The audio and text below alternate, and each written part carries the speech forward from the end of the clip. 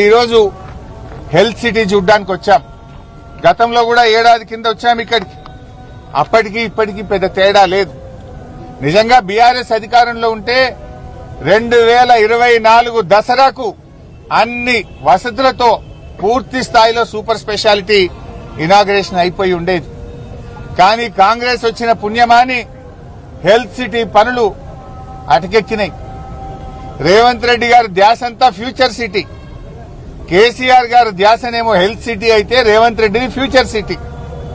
కేసీఆర్ గారు ఈ వరంగల్ జిల్లా ప్రజలకు, ఈ ఉత్తర తెలంగాణ ప్రజల ఆరోగ్యాన్ని కాపాడాలి, ఈ ప్రజల ప్రాణాలు కాపాడాలి అని పేదల కోసం కేసీఆర్ గారు హెల్త్ సిటీని నిర్మిస్తే, రేవంత్ రెడ్డి ఏమో రియల్ ఎస్టేట్ ఏజెంట్ల కోసం, కాంట్రాక్టర్ల కోసం ఫ్యూచర్ సిటీ మీద శ్రద్ధ చూపిస్తా ఉన్నాడు.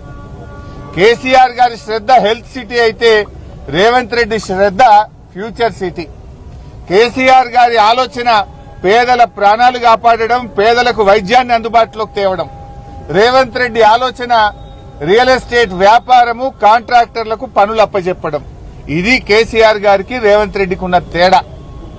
నిజంగా ఆ హెల్త్ సిటీ మీద పెట్టిన,